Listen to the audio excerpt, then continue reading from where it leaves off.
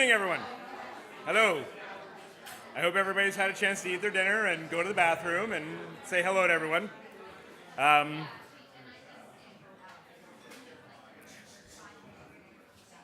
So, not long after Donna and I started dating, she started introducing me to the huge and wildly varied crowd of people that she called her peer group. And it quickly became evident that our relationship was going nowhere if I didn't have the approval of one guy. This one man had been Donna's best friend for a very long time, and he was a total wild card to me. I had no idea what to expect of Bri or how we'd get on, but fortunately I had nothing to worry about, and he is now one of my best friends, Brian Strachan.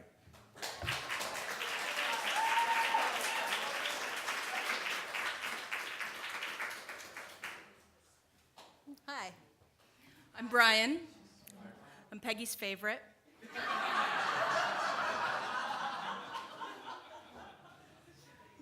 Only one of us is getting out of here alive.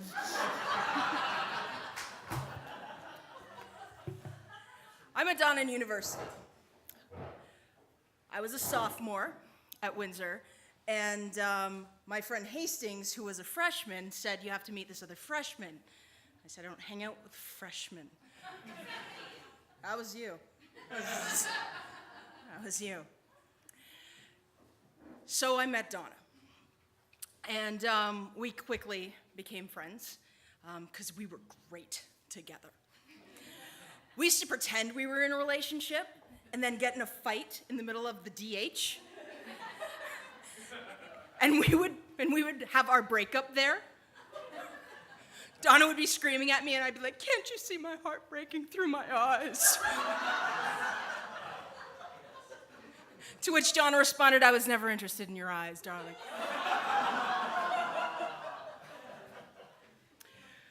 She was my best friend.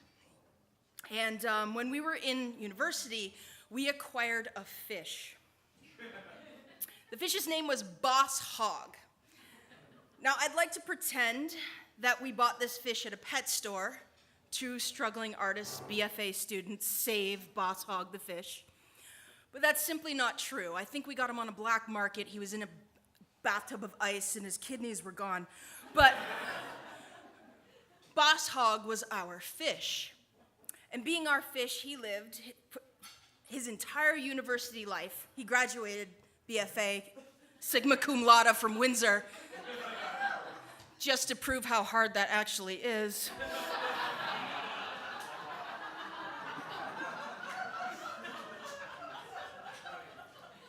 But Boss Hog lived in the beer aquarium. So if you wanted to get into the Donna dorm, you had to pay homage of a little bit of whatever you were drinking into Boss Hog's aquarium. Hey, the waters of life may be murky.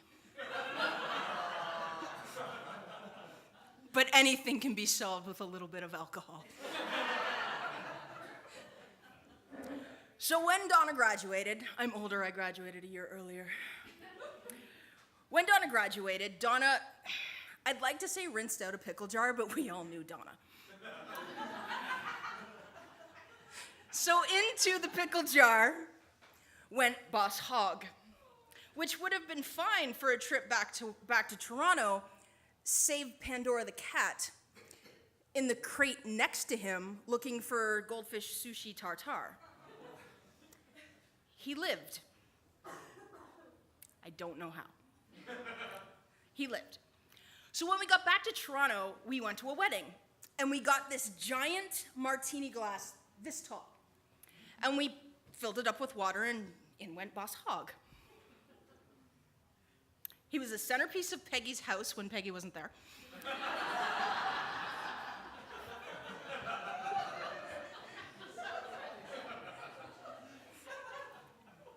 And he was always the conversation piece in the room. But we decided that Boss Hog deserved to retire with dignity. So we got Boss Hog an aquarium. We actually went out and spent money, and we had a little house in the fish tank, and we had all the little pebbles, and we had a skull, and we had the thing that makes the bubbles. Now, I don't want to get into fish logistics, because I'm a bit of a fish nerd. No, I'm not.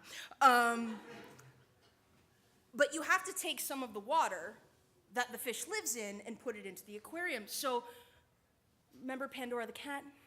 Yeah, so we had to hide Boss Hogg in a real martini glass on top of the bathroom. Boss Hogg saw his opportunity.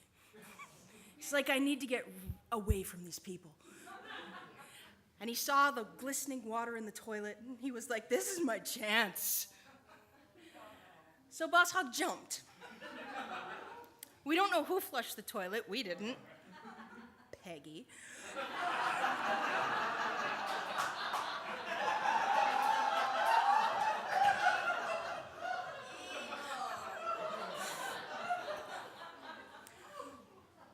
But Boss Hogg was gone. Much like Boss Hogg, Donna and I spent a lot of our 20s in a beer aquarium, where people would clean a little bit of the tank off, look inside, and say, how the fuck are those two alive?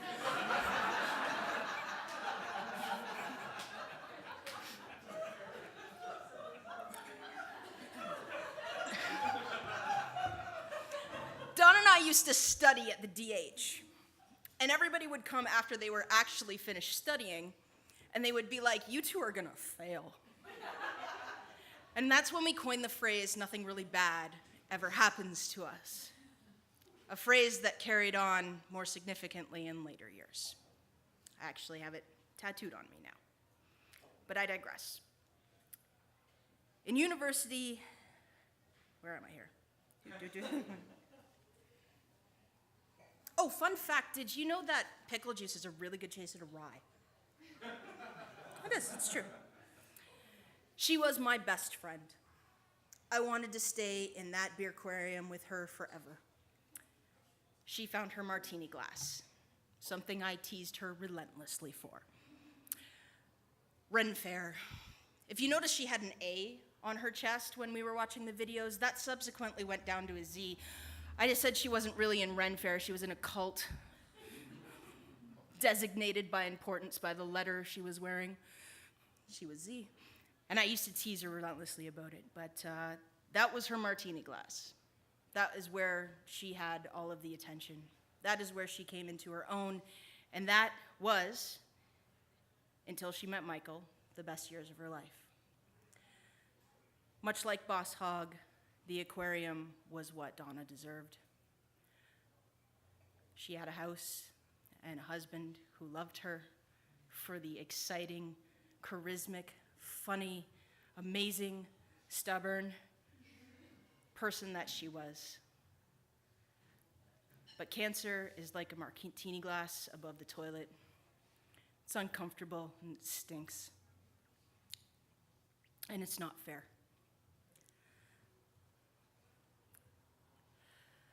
But one day, when we go down a tube at the end of our lives, there will be Donna in an ocean finding Nemo.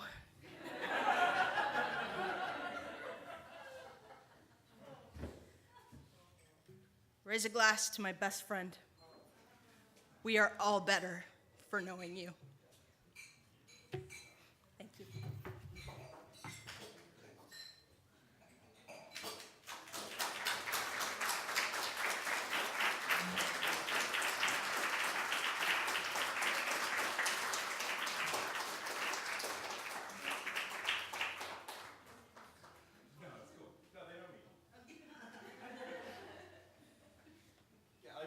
Up here before.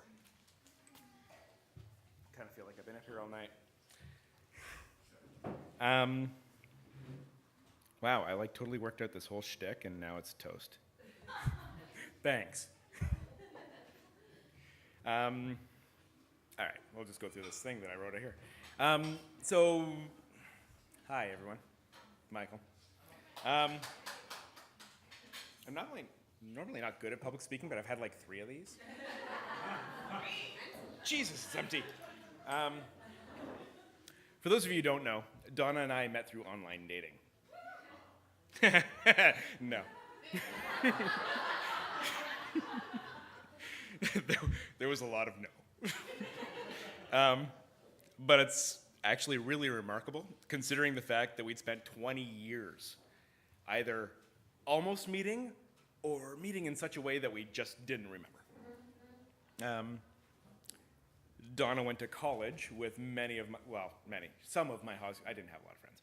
Some of my high school friends. University of Windsor with Erskine. You knew Heather, yeah? She's not here tonight. In college, she befriended Ms. Hastings, who married Tom Speck, who I just recently learned met in college. Tom and I worked together at a company in Mississauga. We both attended Humber College at the same time. Both of us in the theater program. Donna performance, me in tech, so Humber College, the two programs work together. The technicians produce the actors' programs.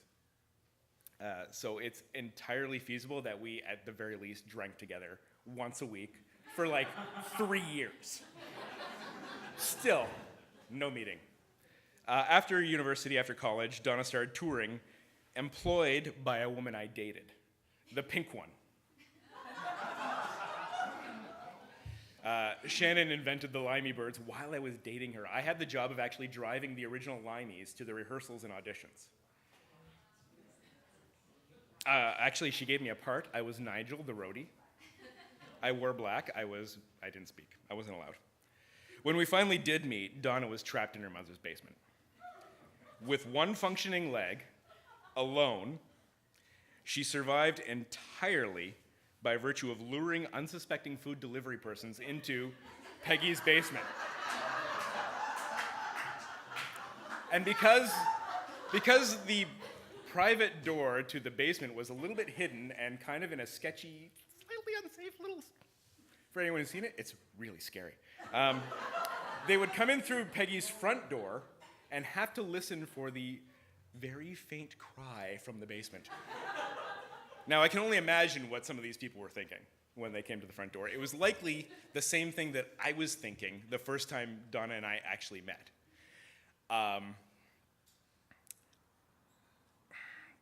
Hesitation at the door, a pause to text my best friend to let her know where I was, just in case, I got turned into a lampshade. A quick breath, and then a plunge. It was June 14th, 2015, which is not all that long ago.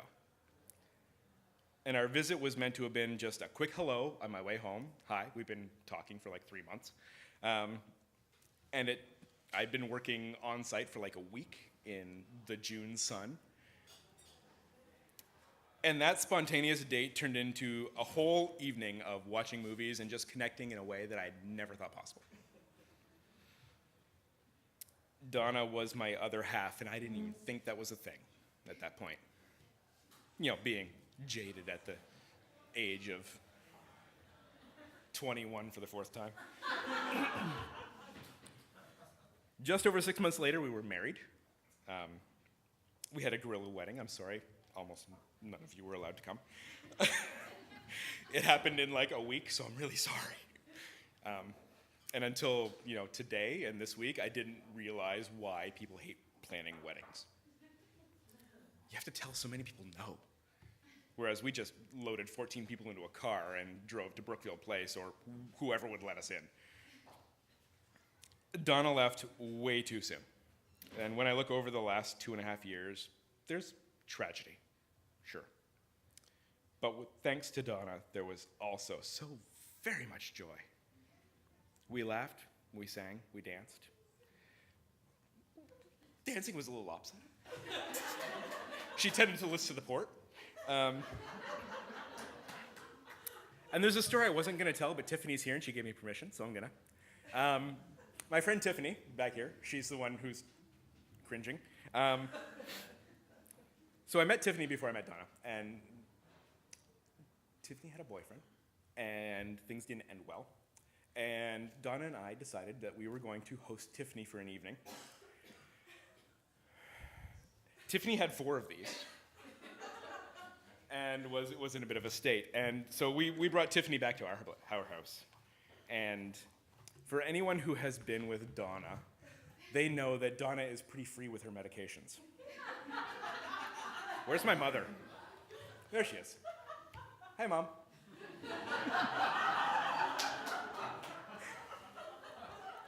So Tiffany was dead set on visiting her ex-boyfriend at the hotel he was staying at while he was going back to his ex-wife. Oh, yeah. And we thought it best that this didn't happen, and we did everything in our power to make it not so. So we brought her back to our house in Scarborough, which is about as far from this guy's place as we could possibly get, without, slumming at Nashua.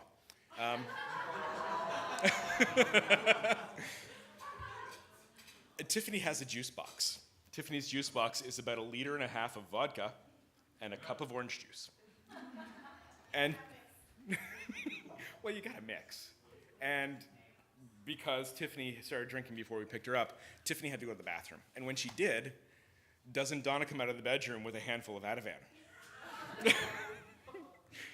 You need to leave now. My brother's a cop, just so you know. I'm about to admit to being an accessory to a felony. So Donna, damn it, I want to blame this on her. Donna had me crush up the Ativan. And while Tiffany was in the bathroom, we put it in Tiffany's drink. Tiffany's part rhino, in case any of you have met. So when you trank a rhino, it doesn't go down, it gets mad.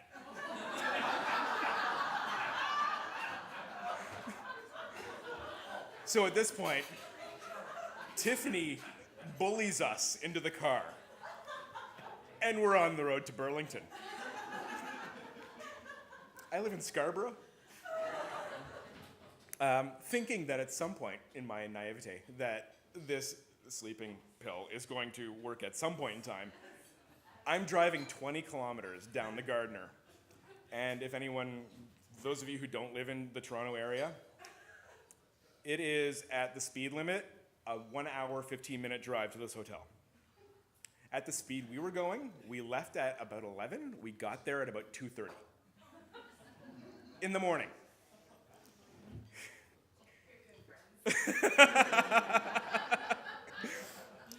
So then, a series of events happened, some of which we might have been, liable for.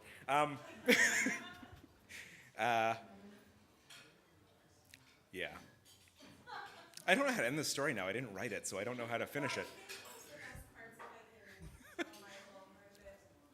You want to get up here? Come on. There's a thing. We got, stuff.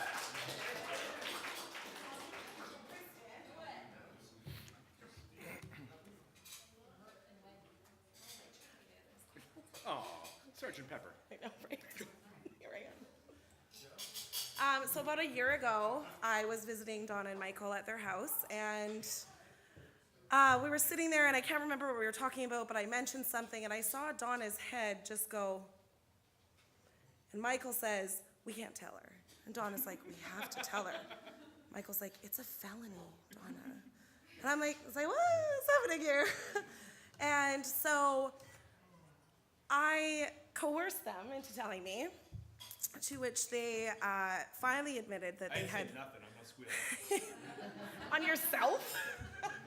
Especially. They finally admitted that they had crushed up several Ativan, and as you know, I'm a rhino, and did not sleep it off, and that they had, in fact, drugged me. Good time to walk in, Mr. Rose. I said, "What if it had killed me?" And Michael said that that was a risk that they were willing to take. Has anyone been to Burlington? It's a terrible place. Never go.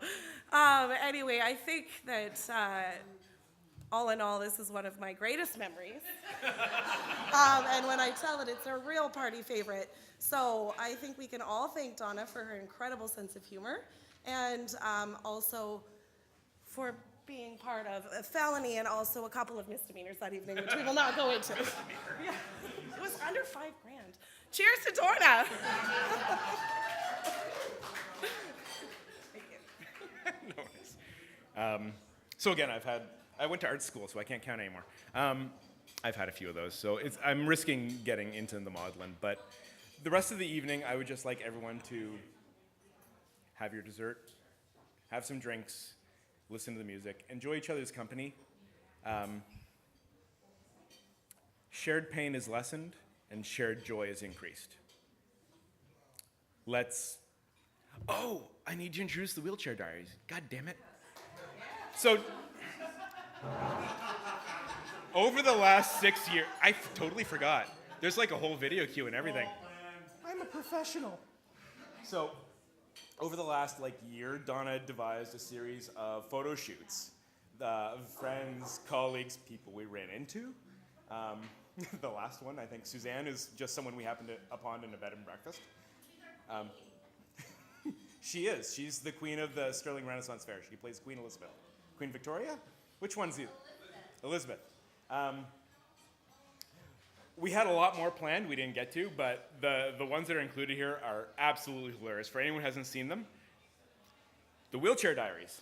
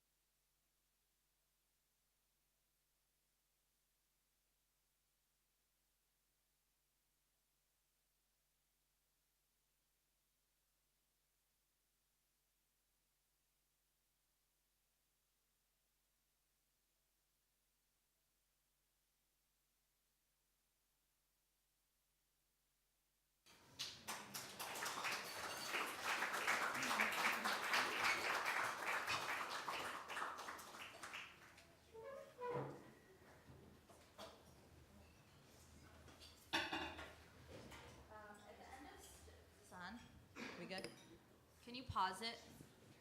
Not ready. Are these on? Can y'all hear me?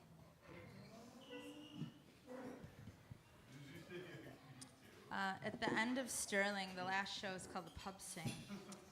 And the last song of every pub sing we sing is called Auld Lang Syne. It's not the one that you know from the... oh wait, I forgot my book. Hold on. Sorry, everyone.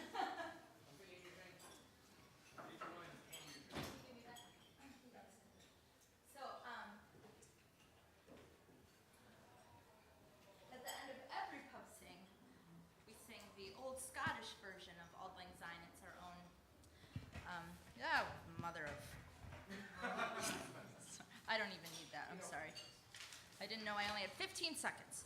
So, okay. So Michael has been kind enough to add the words. And if you'd like to sing along, please feel free. If you don't want to, I'm not going to force you to, but it is kind of a sing-along, so you know. All right, Kevin, hit it.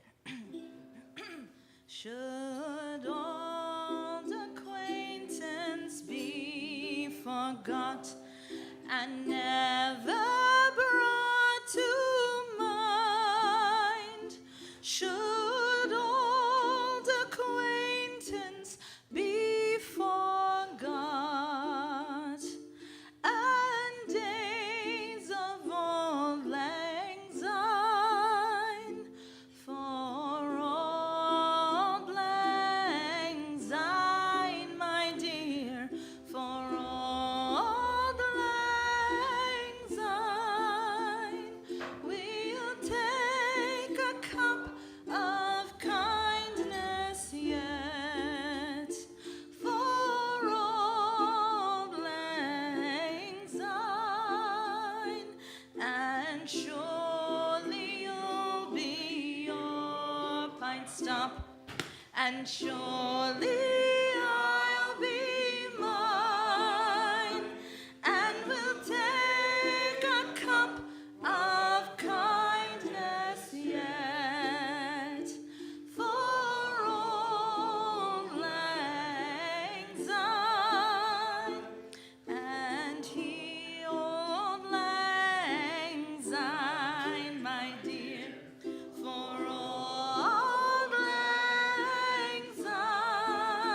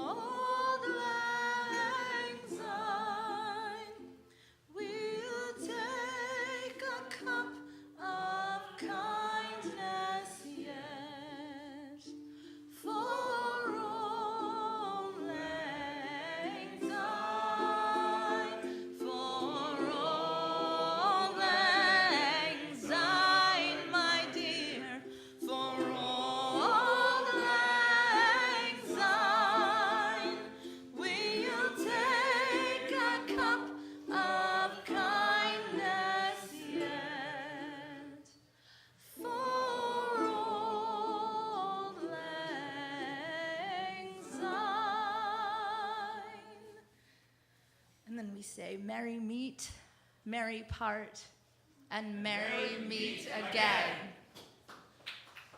To the front gates.